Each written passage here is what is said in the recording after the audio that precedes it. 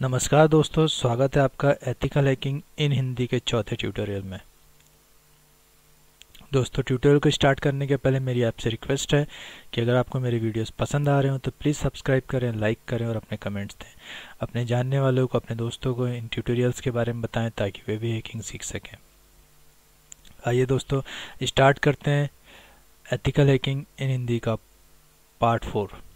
दोस्तों, पहले की वीडियोस में हमने जाना कि अटैकर का सबसे पहला कदम फुटप्रिंटिंग होता है, जिसमें अटैकर अपने टारगेट के विषय में जानकारियां एकत्र करता है। पर सिर्फ फुटप्रिंटिंग से ही सारी इन्फॉर्मेशन एकत्र नहीं की जा सकती। फुटप्रिंटिंग से एकत्र की गई इन्फॉर्मेशन के बाद और अधिक जानकारी एकत्र करने के लिए एक अटैकर और भी जटिल और अलग तकनीक का इस्तेमाल करता है, जिसे हम स्कैनिंग कहते हैं। स्कैनिंग में एकत्र की जाने वाली जानकारी फुटप्रिंटिंग में एकत्र की गई जानकारियां, जैसे टारगेट की लोकेशन, ऑर्गेनाइजेशन की डिटेल्स, सिस्टम लाइव है या नहीं, इन जानकारियों से आगे की जानकारियां होती है।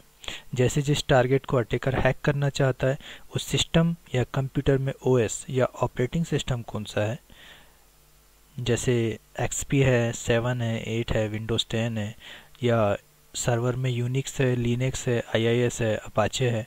टारगेट सिस्टम में कौन कौन सी सर्विसेज रन कर रही हैं जो ऑलरेडी बिल्ट होकर आती है ओएस के साथ, ओपन पोर्ट्स कौन कौन से हैं, इस तरह की जानकारी एकत्र करना स्कैनिंग कहलाता है।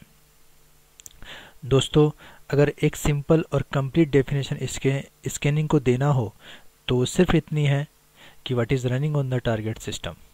आप यहाँ देख सकते हैं what is running on the target system. Target system में क्या क्या रन कर रहा है ये जानने के लिए स्कैनिंग का यूज़ किया जाता है। दोस्तों, सबसे महत्वपूर्ण बात यहाँ पर यह है कि स्कैनिंग दोनों के लिए ही एक बहुत आवश्यक कदम होता है।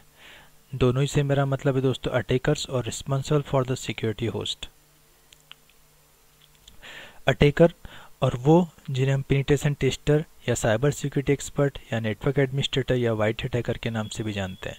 दोस्तों, पेनिट्रेशन टेस्टर को जब एक ऑर्गेनाइजेशन या एक कंपनी अपने सर्वर या डेटाबेस को सुरक्षित करने के लिए हायर करती है, तब एक पेनिट्रेशन टेस्टर सबसे पहले उस ऑर्गेनाइजेशन के कंप्यूटर्स पर ही स्कैनिंग करता है और ये पता करता है कि कितने पोर्ट्स या सर्विसेज ओपन हैं। यही पोर्ट्स या सर्विसेज वल्नरेबिलिटी कहलाती है। स्कैनिंग के बाद पेनिट्रेशन टेस्टर इन सारी वल्नरेबिलिटी या लूप होल्स या कमियों को बंद कर देता है ताकि कोई अटैकर इन्हें हैक ना कर सके। आइए जानते हैं दोस्तों कि स्कैनिंग को कितने भागों में, कितने हिस्सों में डिवाइड किया जाता है, कितने भागों में बांटा जाता है। यहाँ आप देख सकते हैं दोस्तों types of scanning: port scanning, open ports and services, network scanning, IP addresses search करते हैं।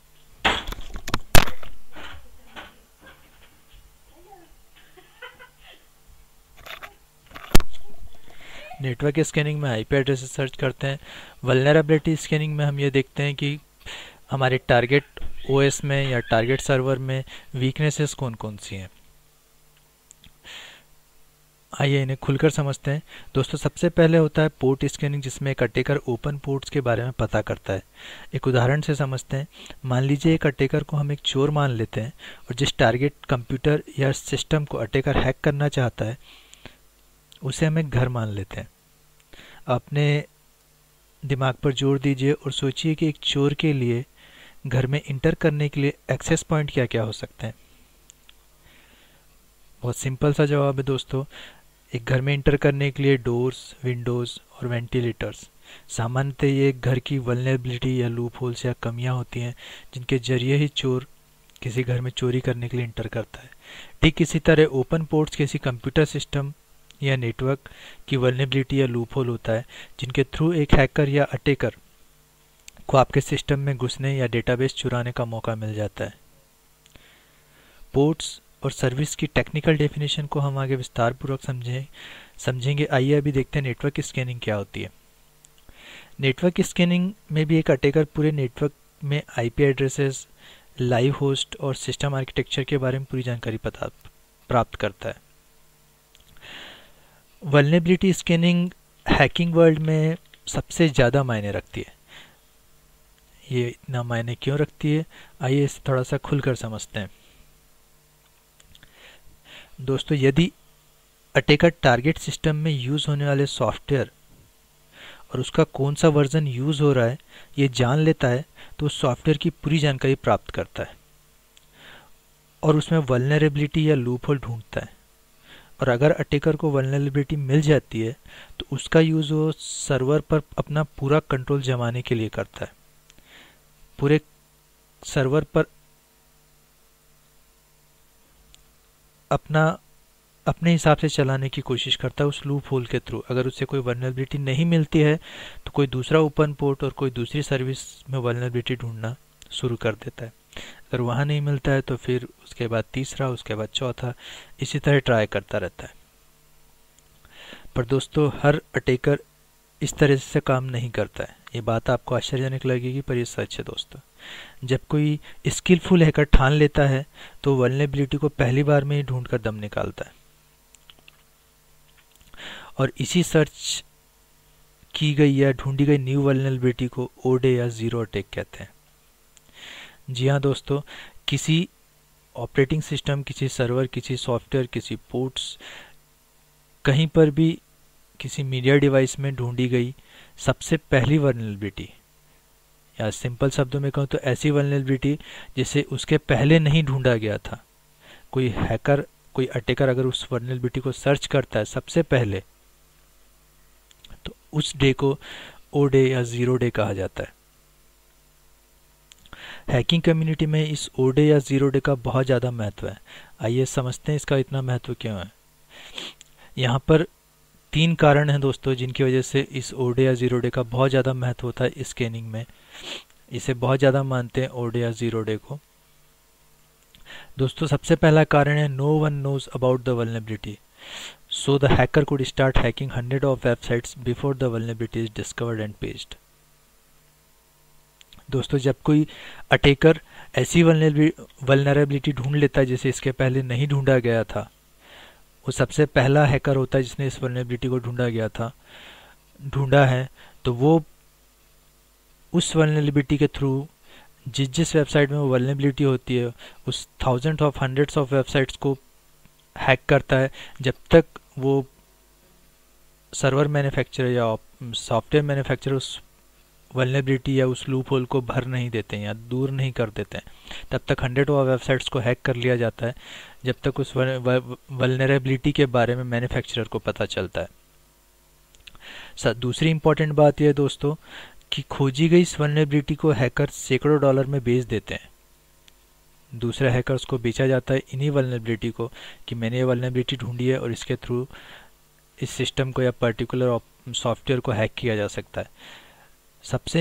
तीसरी और सबसे महत्वपूर्ण बात यह है कि हैकर द्वारा ढूंढी गई ये नई वल्नरेबिलिटी, इस वल्नरेबिलिटी द्वारा हैक किए गए सैकड़ों वेबसाइट ये साबित करती है कि जिस हैकर ने इन वल्नरेबिलिटी को ढूंढा है वो बहुत ही स्किलफुल हैकर है। इसीलिए हैकिंग कम्युनिटी में उसकी रैंक बहुत ज़्यादा बढ़ जाती है।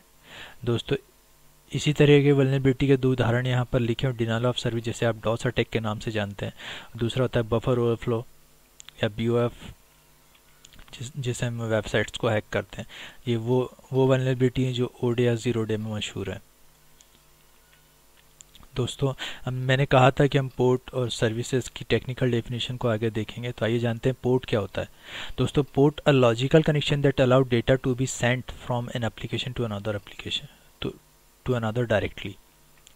एक कंप्यूटर जब दूसरे कंप्यूटर से डायरेक्टली कनेक्टेड होता है, कोई भी मीडिया डिवाइस जब एक कंप्यूटर दूसरे कंप्यूटर में कनेक्ट होती है, तो उन सारी सर्विसेज के लिए जो हम यूज़ करते हैं वो पोर्ट्स कहलाते हैं। दोस्तों अब तक 65,536 पोर्ट्स अवेलेबल हैं, जिनमें से 1024 पोर्ट्स बहुत वेल नोन पोर्ट्स हैं जो हमेशा यूज़ होते हैं। जैसे मेल करने के लिए आप SMTP, POP3, वेबसाइट्स वगैरह यूज़ करने के लिए HTTP वगैरह पोर्ट्स का यूज़ करते हैं। ये वही पोर्ट्स हैं दोस्तों जो ओपन मिलने पर जिनके थ्रू हैकर सिस्टम्स और सर्वर्स को हैक करते हैं। सर्विसेज क्या होती है दोस्तों? Services a process requiring no user interaction that runs on a computer and facilitate the functioning of a computer, operating system and associated application. दोस्तों वो सर्विसेज जो आपके OS में ऑलरेडी बिल्ड होकर आती हैं, जिनके लिए किसी यूज़र इंटरेक्शन की आवश्यकता नहीं होती, ये ऑलरेडी बिल्ड होती हैं, जैसे टेलनेट होता है, FTP वगैरह होता है। इस तरह के सर्विसेज अगर आपके पोर्ट्स में या फिर या या फिर नेट बायो सर्विसेज वगैरह आपके पोर्ट्स में अगर आपके ओएस में अगर ओपन मिल जाए, तो जिनके थ्रू हैकर आपके सिस्टम्स को बड़े आराम से हैक कर लेता है, रिमोटली एक्सेस करने की कोशिश करता है, कंप्लीट कंट्रोल बैठा लेता है। इसी तरीके से वो हैकिंग को अंजाम देते हैं दोस्तों स्कैनिंग के थ्योरिकल पार्ट को हमने पूरा समझा, पूरा जाना। इसके नेक्स्ट वीडियो में हम देखेंगे स्कैनिंग में कौन कौन से टूल्स यूज़ होते हैं, उन टूल्स को हम किस तरीके से अप्लाई करते हैं। सिंपल वर्ड्स में कहूँ तो दोस्तों स्कैनिंग का प्रैक्टिकल डेमोन्स्ट्रेशन हम नेक्स्ट वीडियो में देखेंगे और जानेंगे कि स्कैनिंग में हम हो सकता है आप वो नेक्स्ट हैकर हों जो ओ डे या 0 डे क्रिएट कर सकें। तो दोस्तों मुझे बताइएगा आपको मेरे वीडियोस कैसे लगे। देखते रहिए, सीखते रहिए। Ethical hacking in Hindi. Thank you.